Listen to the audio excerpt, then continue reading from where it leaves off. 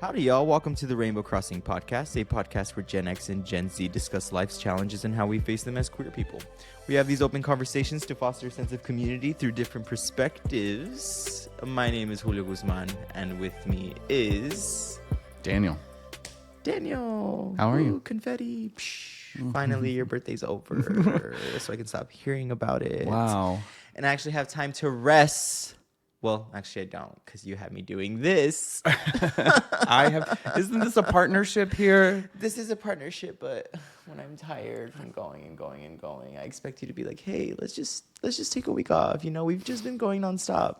And instead you're like, hey, studio's up. It's ready. Here's what we're talking about. Yeah. And I'm like, I just got home from work. I just made myself food. I haven't had no time to do anything. Your life is so hard. It's hard. Yeah. It is really hard. I feel for you. Thank you. And especially since I just got back from hanging out with these annoying gays for a whole weekend. I went on this trip with a long weekend at that. A long weekend. Thursday to Monday. How did you know? Wait. Were you there? I was there. Oh. Yeah. Wait, you're the person I was celebrating. That's right. It's on me. It's all coming back to me now. You know, that was the first time that we had traveled together. Mm-hmm. I mean, we've been to Houston, but we've never been on a plane together at all. And I will say it is the last. Wow. I'm joking. Wow. I'm joking. You're just getting cranky, sleepy Julio at the moment. That's the Julio I usually get. So no different from maybe I'm the just norm. tired. Maybe.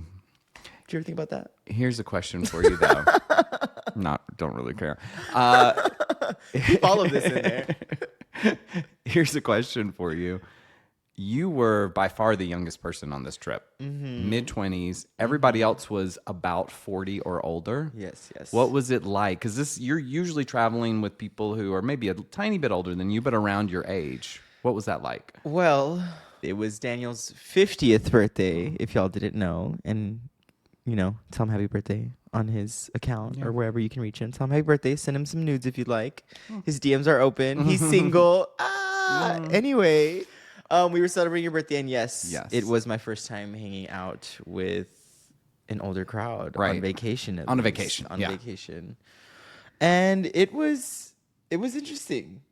It was a very interesting time, specifically because I felt right at home at places. Everyone was being chill and let's end the night early, and I'm like, yes, let's go home. But I could also see us being in the gay world in a different city. The gays have those tendencies where it's ooh, do I become a hoe? Do I go have some fun? Do I let the liquor take control and I make this a wild night? Right. Because us gays, we're used to it. We're used to having a crazy trip and making the best of it. But I will say, being with an older crowd, it did feel like some personalities were fighting with one another in regards to friends being or with themselves being should I go out? Should I have a good time? No. That's behind me. We're in a different place in time. And everyone was chill for the most part. But those thoughts as we were drinking, they started sprinkling in for some people. Right. Well, we were in Puerto Rico. Mm-hmm. I've been there before, but just briefly, none of the rest of you had been. It was a group of 6 of us. And as I said, we were all, except for you, about 40 to my age. So it was a different trip than even I haven't taken a trip with that age group. I loved it. So it was really, I loved it. But I have traveled with most of the people that we went with. Yeah. A couple of them many times over. So it was really interesting watching how their personalities have evolved over the years, because unless I'm mistaken, no one hooked up while we were on this trip. Not a single soul. There was plenty of flirting that happened. Mm-hmm. We were it's Puerto Rico. We were at the beach. We were at the gay clubs. We were at drag shows, and there were cute guys around, and things developed, but nobody followed through. We were all there for each other. And we certainly did our own things at times. I think I stayed out later than you sure every night. Every single night. Once I caught a whiff of someone being like, I think I'm ahead. I'm like, oh, perfect.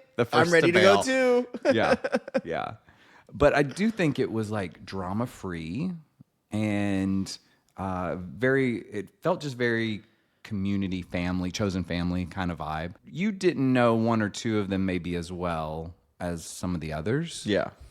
But I mean, everybody just meshed, I thought, really well and had a great time. And people in the group are already trying to figure out when we're going back or when we're going to take the next trip together. So I thought it was a really very successful trip. I had a great time.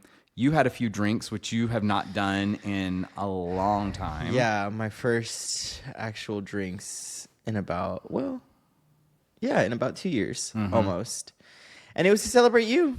I don't have anything against drinking. Let me be clear on that. It's just more of a personal choice. And I will say this. After having 3 drinks on the day of your birthday, spread out, one at brunch, one at dinner, and one when we went out. And super spaced out, obviously. But that next morning, I wasn't hungover. My body was just not the same temperature it's at normally. I was just overheating for what, and my stomach was not wanting to eat anything completely. Like, I was hungry, but like I would get full quickly, and I'm like, what is this? And the only thing I could pinpoint it to is alcohol, since that's the only thing different that I've done. So my digestive system and my body temperature were not doing what it normally does, and I was like, that's enough. That's enough for me to be like, not for me. And I was not sleeping well. Like, I kept tossing and turning, and I'm like, people choose to do this a lot of the time. And most people feel fine. They say they don't notice those things, but it's because it's become their norm. I was going to say it's a regular thing. It's a normal for them, thing. So they're like, I'm not feeling too bad. And I'm like, but have you not been on that? And you actually will see the difference of what it's actually like. It took me 3 days after drinking to like have a good sleep and to feel like normal body temperature. 3 days. I don't drink a lot either. I drink more than you do, but just barely.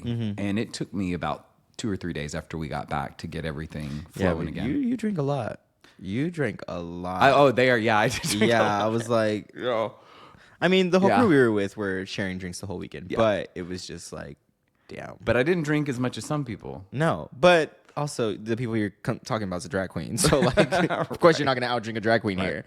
But you definitely were drinking a good amount and you felt fine. Yeah. After each morning I expected you to be hungover and you were like still kicking. Yeah.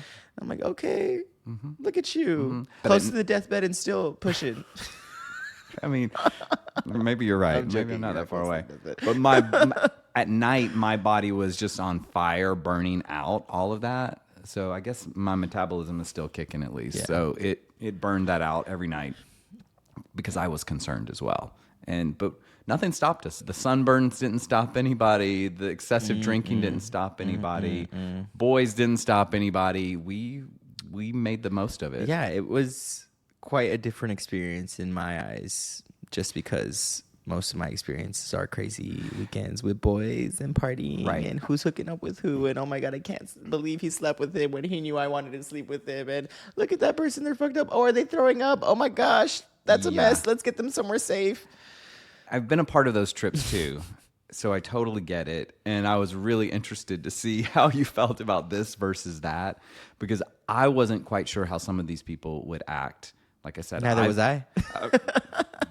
I've been overseas with some of these people. I've been to big parties with some of these people, and some of them have acted the fool before.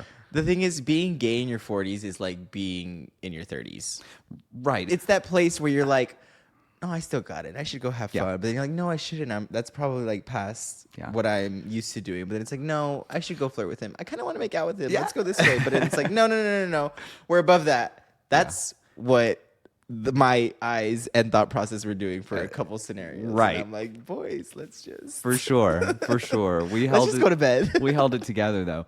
But, you bring up a good point about people in their 20s, maybe even into their 30s, acting a fool on these gaycations. So that's really kind of what I wanted to talk about today, since it's so fresh on our minds, is like a gaycation survival guide. Because we did it as older gays, and it was pretty chill. But a lot of gays either haven't had that experience or they're younger. So, like, what do you classify even as a gaycation? Well, one, there's got to be gays. Sure. But really, any vacation in my adult life has been gay. Yeah. So we kind of go to the gays, period. Yeah. Wherever you go, wherever you're visiting, you're trying to find your people. Yeah. I think it starts with, traveling with gays and then probably going to a gay-ish destination. I know when we talk to our friends about, oh, where are you going on this trip or that trip? Oh, Puerto Vallarta, Fire Island, Provincetown, Chicago, Miami, Fort Lauderdale, LA, New York, all gay-centric places. You never hear about any of our friends going to St. Louis or some place like that. That isn't what is traditionally known as a gay destination spot. So Puerto Rico is certainly one of those spots that would be considered a gay visiting spot. Also, just like what your trip consists of. So we had a pretty gay itinerary. Well, at first we didn't have an itinerary. If we're gonna be honest with ourselves here. We're getting on a plane. We're going to Puerto Rico. We got our Airbnb, and then we're just gonna go to the beach. That's what was planned. That's the only thing that was planned. Well, but you were with the right people. Yeah. To quote your favorite president, we had concepts of a plan. Who? No? Who? You're not sure? No. No. But we did have. I don't know any presidents. Yeah. Yeah, let's not divert to that. We did have concepts of a plan. We had made reservations for that drag brunch, for example. Mm-hmm. So we had on our gay itinerary the drag brunch. We had a couple of gay bars that we were going to go to, and of course the gay beach. I mean, we were staying near about the gay beach area, just a couple minutes walk away. So we had our gay itinerary, the skeleton of it, and then once we got there, we put a little meat on its bones. So and then also just gay distractions, like that makes a gaycation. And by gay distractions, I primarily mean boys, but alcohol can be involved. Well, that heightens all of it. Yeah, right.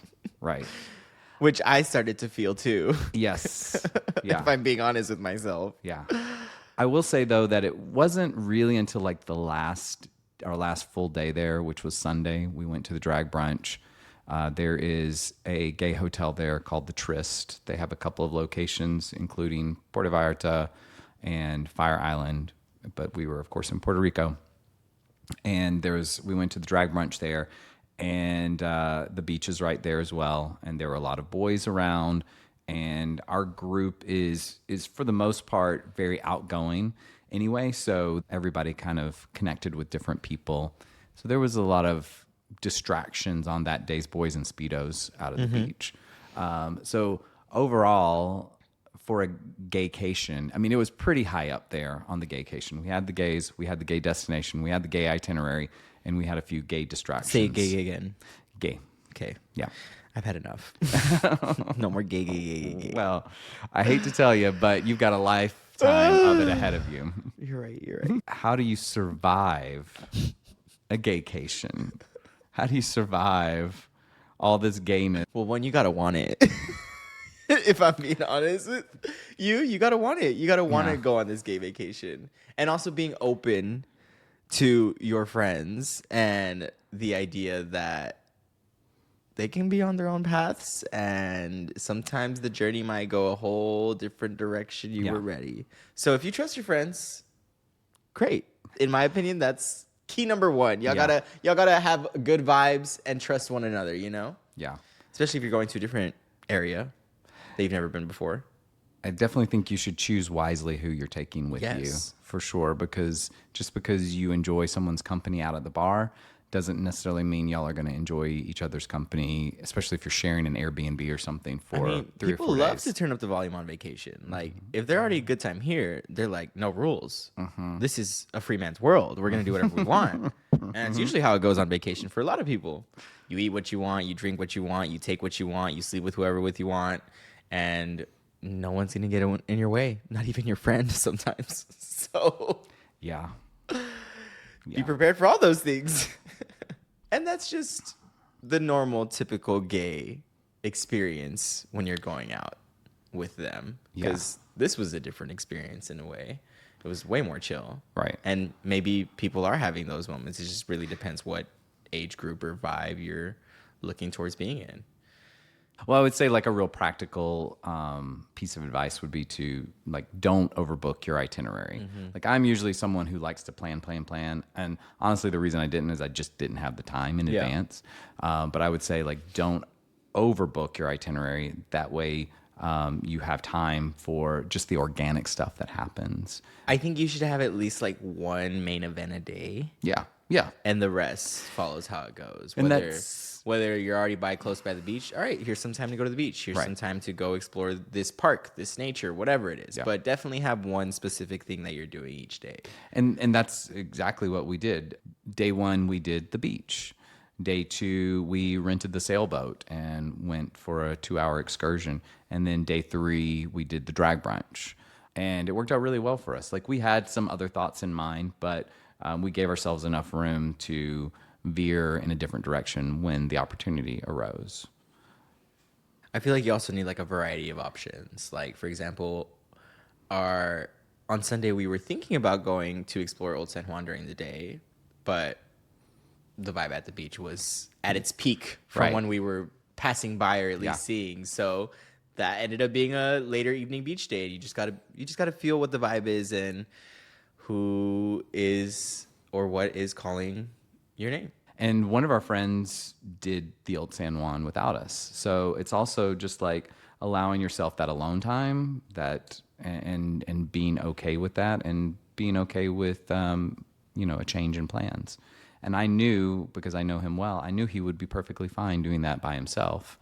And I knew that everybody else wanted to stay at the beach and hang out and talk to boys in speedos. So I was mainly looking forward to being in the ocean. yeah, yes. For me at least. Yeah.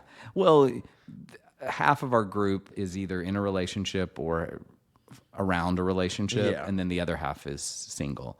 So, yeah, everybody wasn't flirting nonstop. It was interesting on that first time when we were at the beach. I was laying down and I was like, I just want to be peaceful and I did. And You I did. laid there for like at least an hour or so. Yeah.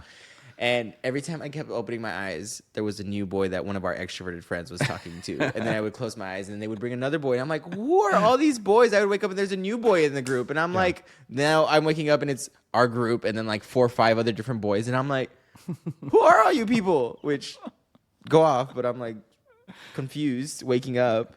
There's booties and things everywhere and people waking me up going, hi. And I'm like, Yeah.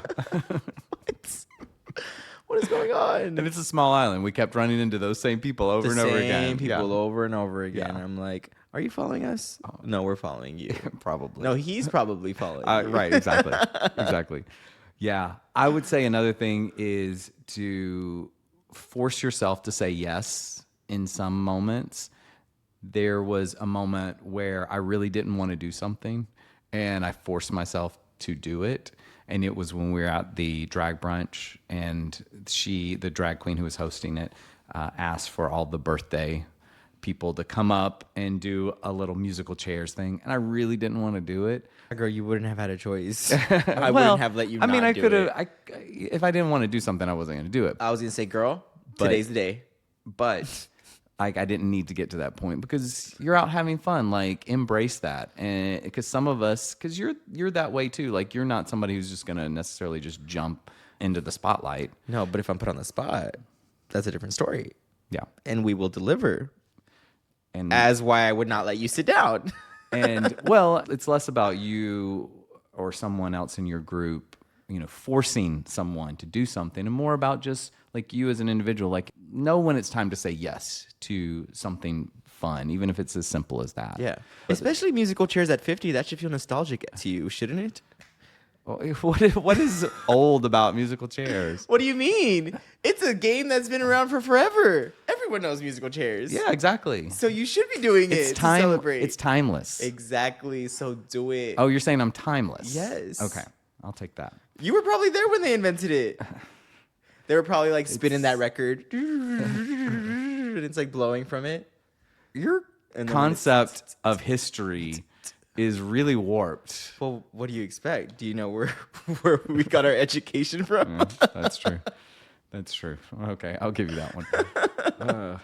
On the flip side of that, say yes to adventure coin, I think it's also really important to know when it's time to say no, and know what your boundaries are, and know when it's time to go to bed, or when you've had enough to drink, or when you're just being potentially put into a situation that you just don't feel comfortable with. It's important to walk that line where you're open to adventure, but also you know what your boundaries are. Oh, 1,000%. And I think a lot of our gay friends, whether young or old, don't know where their boundaries are. But I feel like a lot of them were figuring that out on this trip.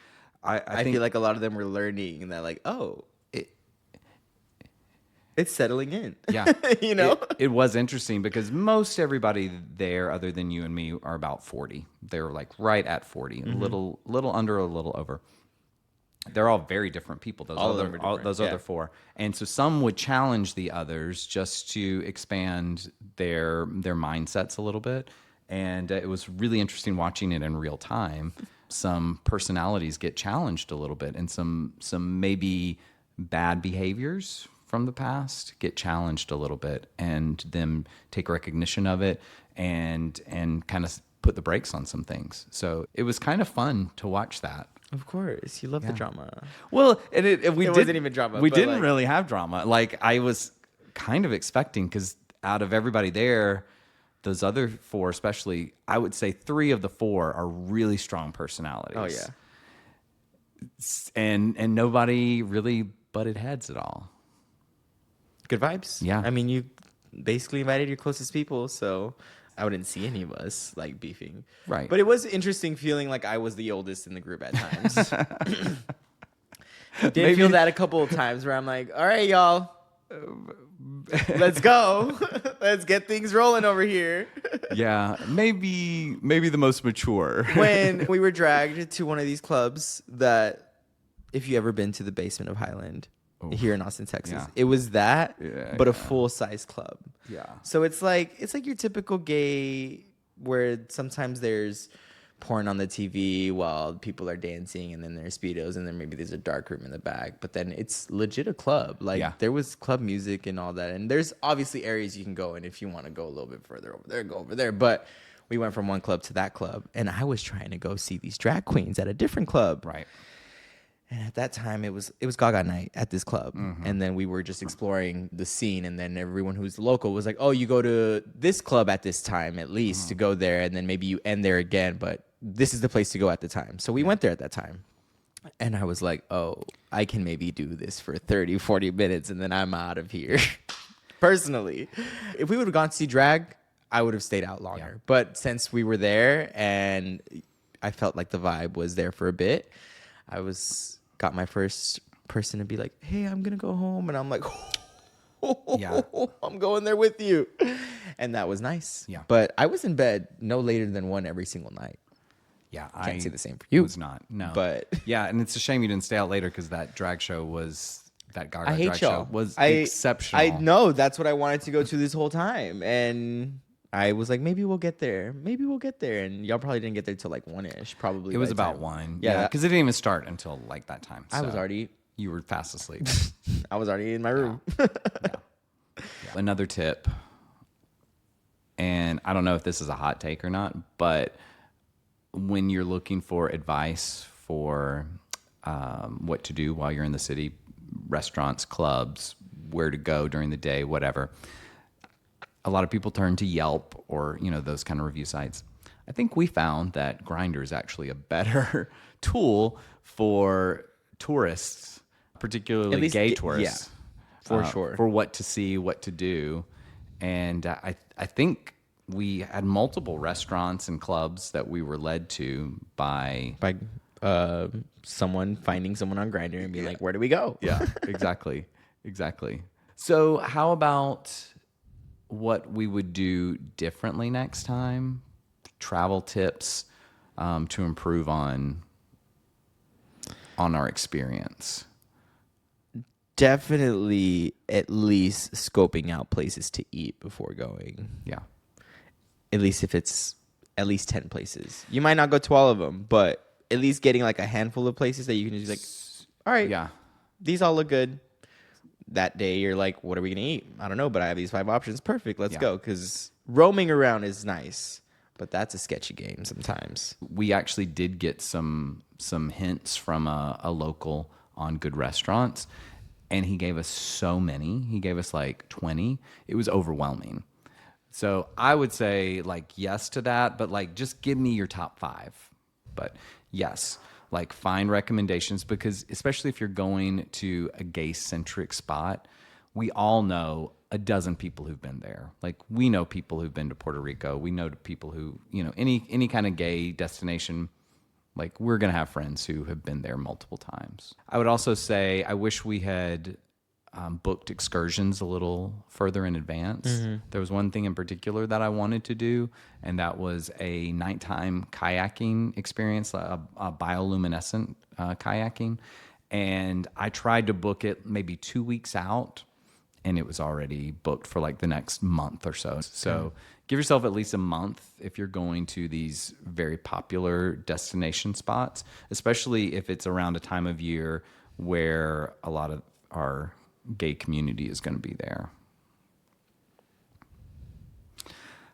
Another thing that we couldn't really help this time, but we have now since found another option, a new option, and that's to fly nonstop if you can. Like we had layovers, and on our way back, like we got delayed quite a bit in Florida and didn't get home and into bed until like 2 a.m. And you got like, 3 hours of sleep that night before you had to get up and go to work? And then back to work like a normal week. That's what I'm telling you. I haven't rested. It's just been go, go, go, go, go. Yeah, but you've got more than 3 hours of sleep each night, so... Okay. Yeah. But traveling and doing the things. You're young. You're fine. You're right. I would also say that a couple of our travel mates would probably highly suggest that you put your sunscreen on before you get to the beach. And just because it doesn't feel that hot outside at the beginning doesn't mean the sun ain't hitting. Right. Yeah, 8 a.m. may feel nice, 70 degrees, but...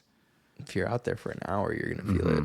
Yeah. For sure. We came back with a couple of friends who were lobster color, and they were feeling it.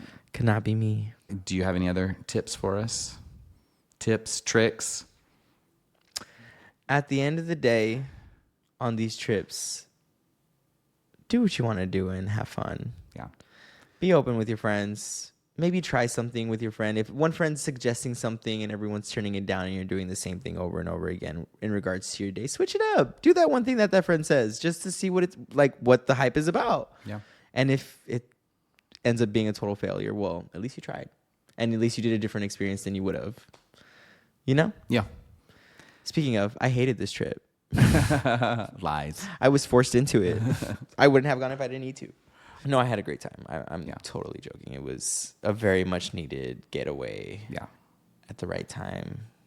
With the right people. Right, exactly. And one of my best friends. Yeah. Which was even more perfect. Yeah, exactly. I could not have asked for more out of this trip. And I think, I did feel very blessed that a lot of the focus was around me and the celebration of turning 50. But it just felt like it was a group of friends, and our focus was on each other at times. Like everybody was really looking out for one another. Yeah. And while we may have not all wanted to do this one thing or that thing, we still focused on each other and the care for each other, in addition to having all the fun and being just mindful of each other and each other's feelings, and that we are all very different.